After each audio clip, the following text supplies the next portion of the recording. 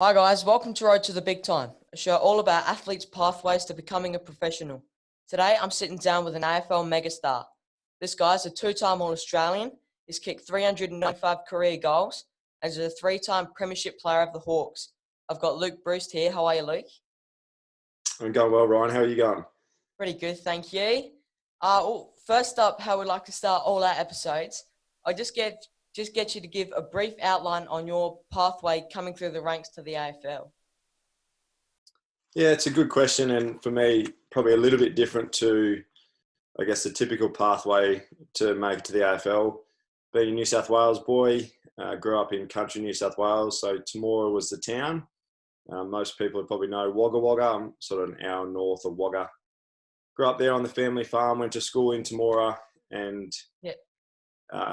like most country towns, I guess, you just played as much sport as you could. And for me, that was basketball, AFL, rugby league, little athletics, volleyball, pretty much any sport that I could play, I tried my hand at. And I think at the end of the day, they always help each other in some way. Then for me, it was I just played junior grades and local football. And then I started to make a few representative teams from sort of under 12s onwards. And then for me, probably the biggest turnaround was making so I missed out on under 15s and under 16s New South Wales side to go and compete at the National Carnival. Yep. But I made the under 17s development squad and then ended up playing bottom age New South Wales in the National Carnival. So I did that for both of my under 17 and under 18 year. And then, obviously got drafted after that. Another significant pathway that probably ended up, and it's only in hindsight now, and you talk to a few guys once you get to the Hawthorn Footy Club, and you talk to recruiters and how they actually found me was, another pathway was through the Sydney Swans reserves. So being a New South Wales boy, they had top-up players that would play for their reserves team in the Canberra Football League. And so I was lucky enough to get a couple of phone calls and go down and play some top-up games for them during the 2007 season, and then also went on to win the premiership in that same year. So, talking to Graham Wright once I got to Hawthorn, he said they were some of the games that he had watched that helped get me drafted. So, that was sort of a summary of my pathway to get to Hawthorn. Cool. Were there any little extras that you were doing at a young age to try and get a little extra edge over your competitors? Yeah, I mentioned it in that last answer, but for me, it was all about just playing as many sports as I could. And at the end of the day, as I said, all those skills sort of add up to help you get to where you want to go. So for me, it was my rugby league background has probably helped with attributes of my game in the AFL that are probably a little bit different to some other just natural AFL players. Basketball certainly helps. We see plenty of guys in the AFL who have come from basketball backgrounds and go on to be absolute dominant footballers like your Pendleburys and guys like that. So that definitely helped. And probably the other thing, and I probably didn't take it as serious as a little kid as I probably should have, was just the opposite side of your body and what are you doing to make sure that your deficiency on your left hand side or your left foot or whatever it is, you're doing everything you can, because at the end of the day in AFL you don't have too much time, so it's not like you can't always get onto your preferred foot or your preferred hand. So being able to execute a reasonable amount of skill on that opposite side is pretty handy. Yeah, cool. Well, nowadays you're a very reliable shot at goal. What would you say, how have you improved your accuracy in front of goal over your career? Yeah, so I was pretty lucky when I first got to Hawthorn to have David Rath as, I guess, a kicking coach. And then from him, we also, from there, we also got Adam Uze on board as well. So I've had two guys who have helped me a lot with my goal kicking and put plenty of hours in on the training track to make sure that I'm as good as I can be. But for me, early days, I probably tried to do too many different kicks. And then once we worked out that I could sort of kick pretty comfortably over about 48 metres and pretty consistently with a left to right ball flight. That's what I tried to stick with. And then from there, it's just adapting depending on what shot it is. Obviously, if it's a bit further out, you might have to run a little bit of an arc, or if it's from one of the pockets and you start to go in towards your routine of snapping around the corner like most current day players these days. But Yeah. plenty of hours of work, at least sort of two, I guess, structured goal kicking sessions, and then plenty of other times where I'll just grab another teammate or another forward that's at Hawthorn, and we'll just go down and muck around the goals and just try and make kicks up and get as clever as you can around goals, I guess. Yeah. Or in 2012, the Hawks unfortunately lost the grand final, but then they won 3 in a row after that. Can you put your finger on something that helped your squad bounce back to be so dominant in the next couple of years?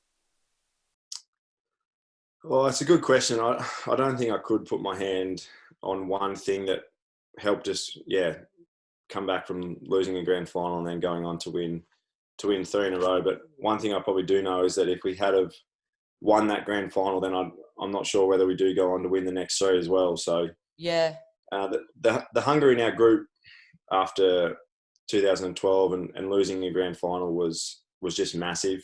We had a number of guys in our squad who had won the 2008 grand final. They knew what the feeling was like to stand on the dicey at the end of the day and hold up that premiership cup. So they wanted that feeling. They kept telling us how good it is and how good it would be to be able to get back there one day. So I think it was pretty easy to get motivated after 2012 when you're playing against one of our sort of good rivals in Sydney as well. You sort of want to get one back on them. Yeah. And then I think certainly from our point of view and internally, we thought we were probably the better side or the more dominant side for that 2012 season. So then to not go on with it and win it was, I guess, a little bit bittersweet. So from there it was, just, I guess, the hunger in the group and the determination to get back to training, train hard and do it all together, I think was probably the biggest thing that got us over the line in those next few years. Cool. What would be your most successful training aid or piece of equipment apart from a footy that you have? Oh, that's another good question. Yeah. We've got these little like rebounding nets at the footy club. I wish I had one when I was a little kid or had something similar at my local footy club. But we've got these little rebounders at the footy club that I think are pretty important in terms of your ball handling and being able to take the ball cleanly. So I spend a lot of time on those during the week, and before main sessions, we've always got plenty of guys who are out in front of the rebounders and making sure that their touch is good, because you just don't have the time in AFL footy, unfortunately. One fumble or one mistake and it'll either cost you a goal the other way or it costs you the opportunity to score your own. So being clean with the footy is very important. Yep. Oh, this question's from a very avid Hawks fan and a mate of mine. He wants to know if reading the ball off the pack is something you can practice in a drill, or is it just a natural skill? Absolutely. It's definitely something you can practice with a drill. The most pure crumbing from my point of view is when obviously two genuine competitors are going for the footy. So that's both trying to mark the ball, I guess, at the highest point or at least wrestling and then trying to catch it themselves. So we do like a 4-cone drill. So imagine sort of 4 points. You call out 2 colours, they run to each colour and then they come back in and then go for the mark. Yeah. I think that for me is probably the most pure type of crumbing that you can do. So the more opportunity you can get to put yourself in front of guys who are genuinely trying to mark the footy, you can definitely practice that crumbing skill. And from my point of view, if you imagine the contest here, for me, crumbing east-west, so imagine like north, south, east, west, east-west crumbing versus north-south, so coming straight on, is a lot harder. So you imagine you're coming. So you know how everyone gets told jobs to go front and center to the pack. Yeah. Yeah. That's great. That's great in terms of if you're just treading water and being stationary. If you're not and you're going quite fast either side of the pack, it is very hard to actually nail the crumb and then run on and kick the goal. Whereas if you're going east-west across the front of the pack, I think you've got more opportunity to, one, read the ball and where it's going to go, but two, if it drops a metre from the contest or if it drops 4 metres from the contest, you still have the ability to change direction and get onto that crumb as well. So that would be my advice, is that, just get in front of as many marking forwards as you can and continue to read the ball off them, but also, try and use an east-west channel, not a north-south channel on the marking contest. Cool. If that makes sense. Yeah. Yeah, that's really good. This final question is from a bit of a speedy forward on our team, who gets a fair few looks at goal. He's asked how he can add a few extra meters onto his kick, especially when he's kicking set shots. Yeah, it's another good question, and I touched on it before as well. So for me, I comfortably kick 48 meters. Yeah. So if the man on the mark is at 43 meters and my stance leg is going to be at sort of around that 48, 49 meters, then I know that I'm comfortably going to be able to kick that distance. If I get anything outside of that, so if the man on the mark is around 48, 49 meters, around the 50 meter arc, I know that I'm going to probably struggle a little bit with the distance that I need to get on my kick to be able to clear the goal line.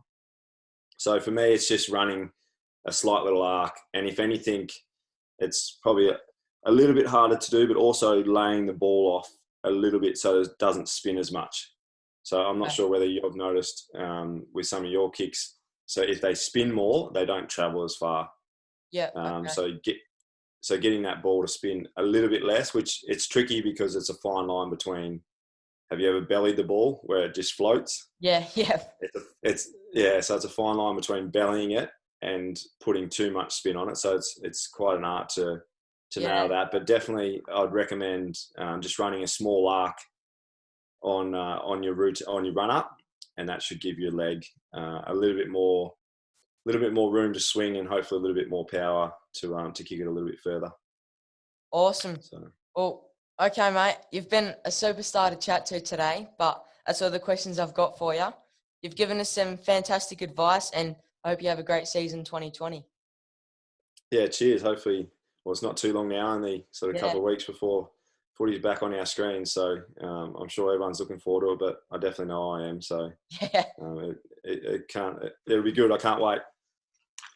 Oh, I've got plenty more questions to ask, so stay tuned for our next guest. If you're a young footballer and you have a question, send it into the Road to the Big Time Instagram. This has been Road to the Big Time.